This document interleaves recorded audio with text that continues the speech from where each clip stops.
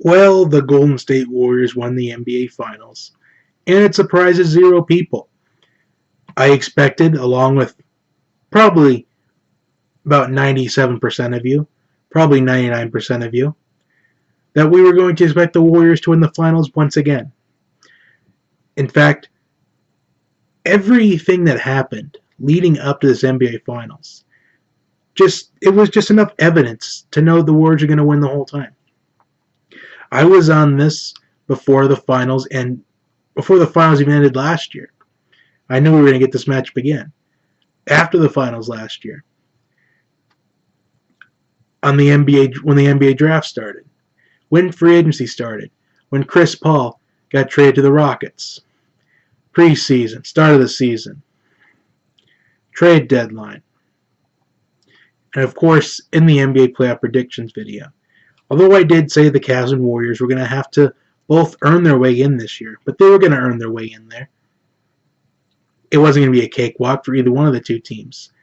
And it wasn't a cakewalk for either of those two teams, because the Cavs and Warriors both had to overcome a 3-2 deficit in the conference finals to get to the NBA Finals.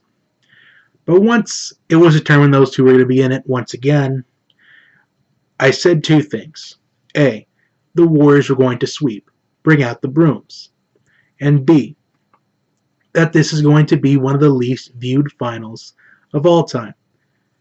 So, Warriors sweep, bring out the brooms, check mark. One of the least viewed finals of all time. It's an unknown check mark right now, but I would lean towards the check mark. And it wouldn't surprise me if this ended up being the least viewed finals of all time. Although I think maybe it'll end up being at the very worst, the second worst viewed finals of all time. I think it was the worst finals based on entertainment value. But maybe viewership-wise, maybe it is, maybe it won't be after all. But still, I knew how bad the finals are going to be. I don't even know why people wanted to waste their time watching this. I mean, I did see snippets of some of the games, but I didn't see any of the games from start to finish. Because I didn't think there was any point. Because I knew exactly what was going to happen. Warriors were going to sweep Cleveland, and LeBron, where he's going to go next season, was going to begin. And I'm sure that ESPN is going to cover this for about the next month. I'm sure it'll be mentioned countless times on ESPN through the next month about all these different places LeBron could go to be a better fit for him, or where he could go. Because LeBron James, he is headed toward the twilight of his career, I think. I think he's got maybe 2, 3, 4 more years in him. I don't think anything more than 4. So he's heading toward the twilight of his career. And it's going to be interesting where he decides to go. Because this could be finishing off his career wherever he goes. I would want to get into where LeBron was going to go, but I feel like it's meant for another day. Because A, I'm not really one that wants to just start talking about different things that won't matter toward the very end anyways. Because let's just face it, wherever LeBron James goes, the Warriors will three-peat.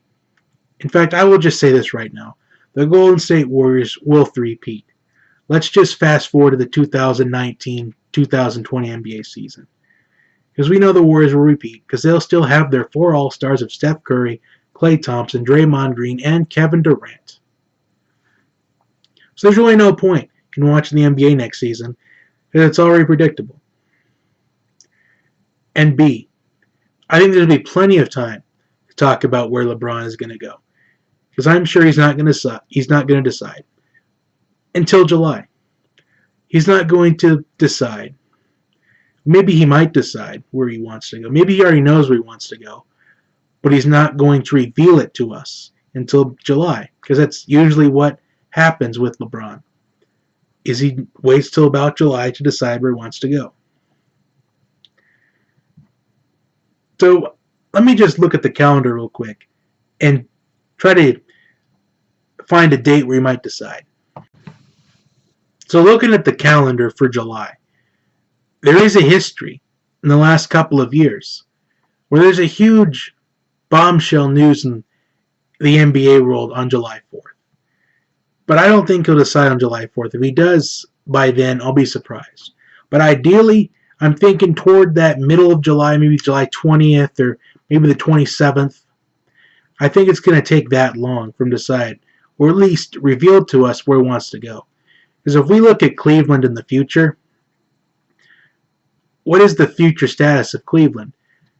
Because they're going to have the 8th pick in the NBA draft. So the Cavaliers' job for the 8th pick is to try to find your new face of the franchise. Because there's a 99.95% chance that LeBron James is not going to be in Cleveland in 2018. So it's going to be best to try to look for your franchise player at the 8th pick. And we'll kind of get into that as we get closer to the NBA draft. I'll just say this, though. I'm thinking of only maybe doing one NBA mock draft this year. Maybe two. I'll probably do one with Sam McBuckets, because I promised him we're going to do an NBA mock draft together. But as far as where LeBron's going to go, and with what the Cavs are going to do, it's kind of just for another day, but I think you got to find someone that could be your face of the franchise. Like, try to find someone that is willing to be, well, not really willing to be, but that is willing to put in the work to be an NBA franchise player. The question is, who is that going to be? I've seen some mock drafts saying Trae Young or Mikal Bridges. I think Bridges would be a solid choice. Trae Young, I don't think he's the best point guard in the draft. I think that honor goes to Colin Sexton. But either Sexton, Young, or Bridges should be that 8th pick. But we'll see what happens. Like, share, and subscribe. I'll see you next time. Have a nice night, everyone.